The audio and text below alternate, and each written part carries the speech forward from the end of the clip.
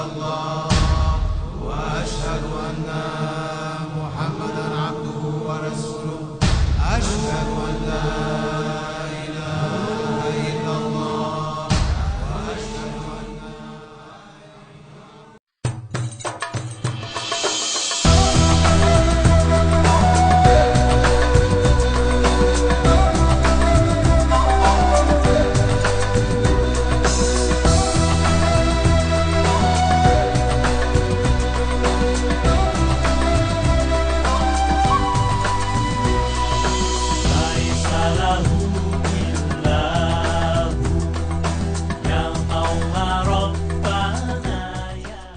Kiai Haji Zainal Abidin Al-Muzhari, Bangkalan, Madura. Beliau ini adalah keponakan dari Hadarus Syekh Abdul Azim Al-Maduri Al-Muzhari yang sejak kecil dibimbing dan dididik olehnya. Pamandanya yaitu Hadarus Syekh Abdul Azim Al-Maduri Al-Muzhari, selain belajar kepada Syed Muhammad Sholeh Az-Zawawi, juga beliau belajar kepada Syed Abdul Karim Dagestani, kemudian kepada Syed Umar Asyami, dan beliau mempunyai murid yang sangat banyak. Di antaranya adalah Al-Maghfirah Hadarus Syekh Yai Zainal Abidin Kuanyar. Al-Maghfirah Hadarus Syekh Yai Haji Zainal Abidin Al-Muzhari Kuanyar merupakan mursyid Tarekat Naqsyabandiyah Ahmadiyah Muzhariyah. Kiai Haji Zainal Abidin Kuanyar Bangkalan, Madura ini yang masih merupakan keponakan dari Hadarus Syekh Abdul Adil Al-Maduri Al-Muzhari. Sejak kecil diasuh beliau dibawa ke Mekah oleh pamandanya itu dan lama tinggal di sana untuk menuntut berbagai macam disiplin ilmu dengan para ulama di Mekah. Kiai Haji Zainal Abidin menceritakan kepada beberapa orang muridnya bagaimana asal mulanya beliau menganut Thariqah Naqsyabandiyah. Katanya, lama benar saya tinggal di Mekah dalam asuhan Syekh Abdul Azim, sehingga mursyid Thariqah Naqsyabandiyah yang tak ada bandingannya itu di masanya. Beliau tersohor sebagai waliullah yang istimewa, yang tidak sedikit murid-muridnya. Di sana, saya Kiai Haji Zainal Abidin menuntut berbagai macam ilmu kepada alim ulama yang besar-besar, seperti Tuan Syekh Umar Bajunaid, Tuan Syekh Ahmad Khatib Minangkabau, dan lain sebagainya. Dalam hatiku memang sudah terkandung hasrat yang besar untuk mempelajari Thariqat Naqsyabandiyah. Namun setiap kali saya memberitahu akan hal itu kepada sang guru besar Tuan Syekh Ahmad Khatib, senantiasa beliau mencegah dan melarang saya, serta berkata, Thariqat Naqsyabandiyah itu tidak berasal dari agama, dan sedikit pun juga tidak ada dalam hal agama, melainkan hanya buatan manusia. Pokoknya Thariqat Naqsyabandiyah itu tidak lebih dari bid'ah dolalah, kata beliau. Akan tetapi dengan kehendak Tuhan yang Maha Pengasih dan Penyayang, ketika pada suatu hari saya sedang menelaah kitab yang saya kaji, sekonyong-konyong datanglah Hadarus Syekh Abdul Azim ke tempatku seraya berkata, "Hai Zainal Abidin, mengapakah tidak engkau segera mempelajari Thariqat Naqsyabandiyah? Padahal aku sendiri di sini sebagai seorang mursyid dan guru dari Thariqat tersebut. Ketahuilah bahwa bahasa yang dikatakan orang yang kamil itu bukanlah hanya orang yang pandai membaca kitab yang beraneka warna, akan tetapi orang yang sebenar-benarnya kamil adalah orang yang tidak kunjung putus berhubungan batinnya dengan Allah Subhanahu wa Ta'ala sedikit pun juga, walaupun orang itu hanya berilmu sekedar cukup dipakai saja.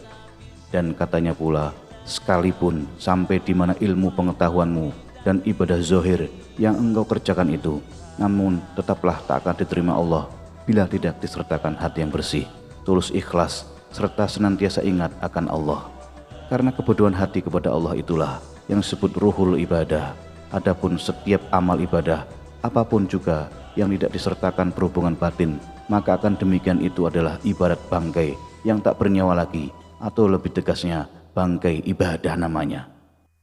Perkataan pamanku, Syekh Abdul Azim, serasa menusuk jantungku, sehingga menyebabkan saya berani menghadap sang guru Syekh Ahmad Khatib, meminta izin sekali lagi daripadanya untuk mempelajari Thariqah Naqsyabandiyah kepada Hadarus Syekh Abdul Azim.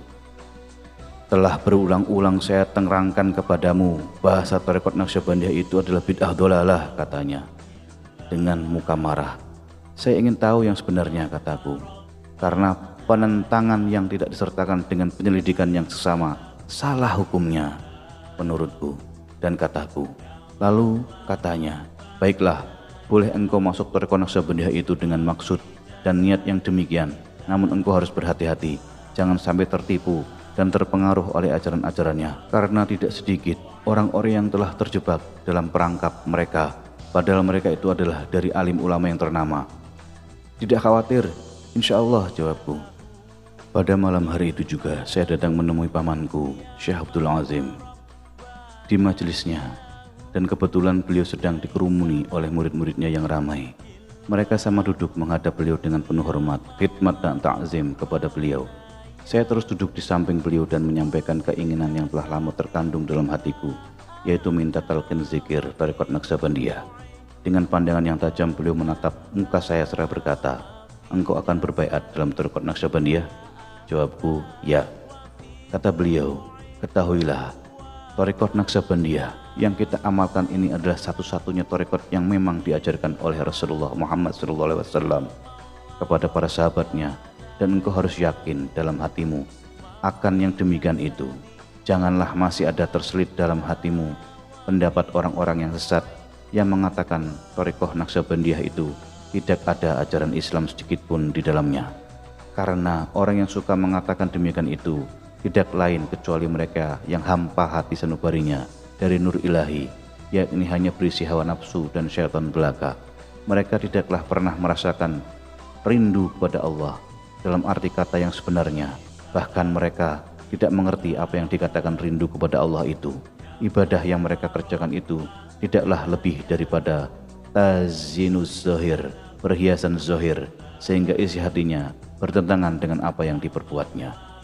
Kemudian Syekh Abdul Azim melanjutkan perkataannya, hai anakku Zainal Abidin, marilah engkau masuk Thariqah Naqsyabandiyah ini dengan niat yang suci, yang murni, yaitu tidak lain hanya menuntut keridhaan Allah Subhanahu wa Ta'ala, bukan dengan niat menyelidiki atau hanya ingin mengetahui apa yang ada di dalamnya.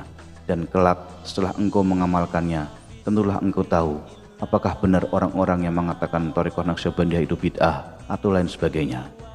Kemudian Kiai Haji Zainal Abidin menjelaskan, setelah saya mendengar keterangan yang berlalu dari beliau, gemetarlah hati dan tubuh saya, serta dilangsungkanlah baiat pada malam itu juga, yang ditawajuhkanlah batinku dengan zikrullah Allahu Akbar. Pada tawajuh yang pertama kali itu, dapatlah saya rasakan nikmat dan lezat zikrullah yang belum pernah saya rasakan selama hidup, serta tersingkaplah dari batin yang menyelubungi saya, dan dibukakannya kepada saya beberapa pemandangan yang indah, yang sukar bagiku untuk menceritakan dengan lidah zahiri ini. Lalu pada keesokan harinya, saya datang ke tempat guru besar Syekh Ahmad Khatib. Kemudian dengan tegas saya menyatakan kepada beliau bahwa Thariqah Naqsyabandiyah adalah salah satu jalan yang baik bagi umat Islam untuk mencapai tingkat tauhid yang setinggi-tingginya. Mendengar yang demikian itu, beliau terkejut dengan heran, seraya berkata dengan muka yang sangat merah, kalau kamu sudah demikian berpendapat, nyatalah bahwa racun Thariqah Naqsyabandiyah telah mengenai dirimu. Kemudian aku berkata, memang, dan saya yakin dengan sepenuh-penuhnya bahwa Thariqah Naqsyabandiyah itu adalah memang ajaran agama Islam yang sebenarnya. Dan keyakinan yang demikian itu selain disebabkan Thariqah Naqsyabandiyah memang berdasarkan Al-Quran dan As-Sunnah, juga disebabkan pengalaman dan zauq yang telah saya peroleh. Syekh Abdul Azim yang merupakan pamanda Kiai Haji Abdul Abidin, terkenal waliullah, konon sangat dihormati di kalangan para alim ulama, baik Mekah dan Madura, hingga ulama terkenal dari Bangkalan yakni Syekh Khalil Bangkalan, pernah berkata, siapapun yang mengziarahi saya nanti tidak ziarah ke Syekh Abdul Azim, maka ibarat dia ziarah ke Makkah tapi tidak ke Madinah.